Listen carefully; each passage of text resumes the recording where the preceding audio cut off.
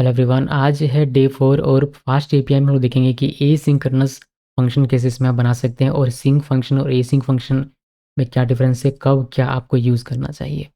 तो पहले अगर सिंक फंक्शन की बात करें तो हम लोग अभी तक जो देख रहे थे, जैसे टाइटल में लोग डेफ लिखते हैं और यहाँ हम लोग लिखते हैं गेट यूज़र्स। देन इस तरीके से हम लोग जो बनाते हैं, रिटर्न लिखा और यहाँ पर हमने लिखा यूज़र्स। देन यहाँ पर हम लिस्ट में लिख देते हैं जैसे राज और राहुल और कॉमा देकर मैंने लिख दिया सुमित।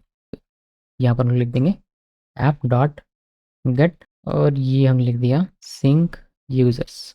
इसका रूट हमने दे दिया हुआ है। ठीक है, यहाँ पर ये हमने दे दिया। इसका मैं गेट सिंक यूज़र्स यहाँ पर लिख देते हैं सिंक यूज़र्स।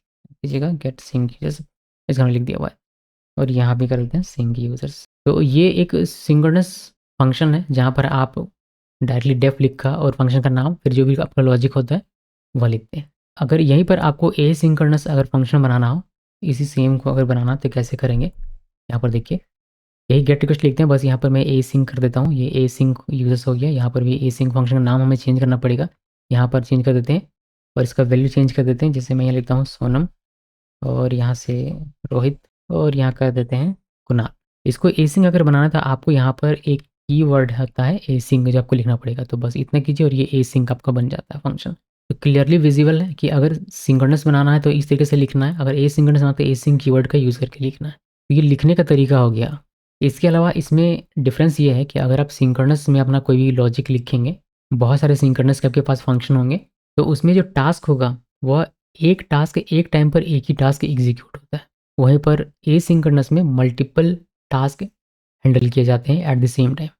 मतलब ये ब्लॉकिंग होता है और ये नॉन ब्लॉकिंग होता है, विच मीन्स इसकी कंकरेंसी लिमिटेड होती है। एक रिक्वेस्ट एक टाइम पर ही होगा और इसकी कंकरेंसी हाई होती है बिकॉज इसमें मल्टीपल रिक्वेस्ट सर्व किए जा सकते हैं एक साथ। अगर आपके प्रोग्राम में नॉर्मल सीपीयू वर्क जैसे मैथ है, डेटा प्रोसेसिंग है, और अगर कोई ऐसी लाइब्रेरी आप कॉल कर रहे हैं जहाँ जहाँ पर आपको एसिंक सपोर्ट नहीं मिलता है, तो आप सिंक्रोनस फंक्शन बनाएंगे।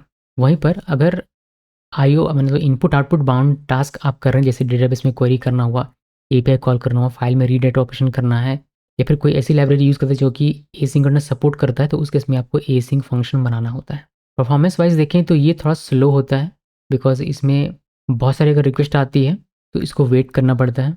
वहीं पर इसको अगर आप देखें तो ये एक साथ बहुत सारे रिक्वेस्ट हैंडल कर सकता है जो कि वेटिंग के दौरान ब्लॉक नहीं होता, तो ये परफॉर्मेंस में ज़्यादा बेहतर होता है। अगर सिंपल लॉजिक है, अगर हैवी सीपीयू वर्क है तो आप सिंक्रोनस यूज़ कीजिएगा। अगर network database calls high traffic APIs में काम करना है तो आप एसिंक्रोनस यूज़ करेंगे। इसके अलावा फास्ट एपीआई में सिंक और रेसिंग दोनों को मिक्स करके आप यूज़ कर सकते हैं। फास्ट एपीआई बहुत ही फ्लेक्सिबल है, आपको ये फीचर प्रोवाइड करता है कि आप दोनों को मिक्स करके यूज़ कर सकते हैं, या फिर सिर्फ सिंक यूज़ करना कर सकते हैं, सिर्फ एसिंक यूज़ करना कर सकते हैं।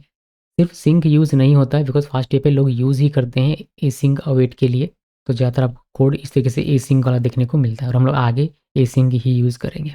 होपफुली दोनों का डिफरेंस और दोनों को कैसे लिखते हैं आपको समझ में आ गया होगा।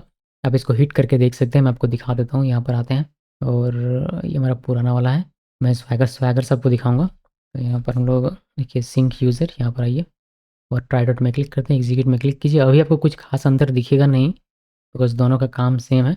और एग्जीक्यूट में क्लिक कीजिए, देखिए इसका भी रिस्पॉन्स आपको देखने को मिल जाता है। अगर इस तरह के कॉन्सेप्ट आप और डेप्थ में सीखना चाहते हैं तो आपको आना है मेरी वेबसाइट uncut.coding.com पर। कोर्स वाले टैब में क्लिक कीजिए।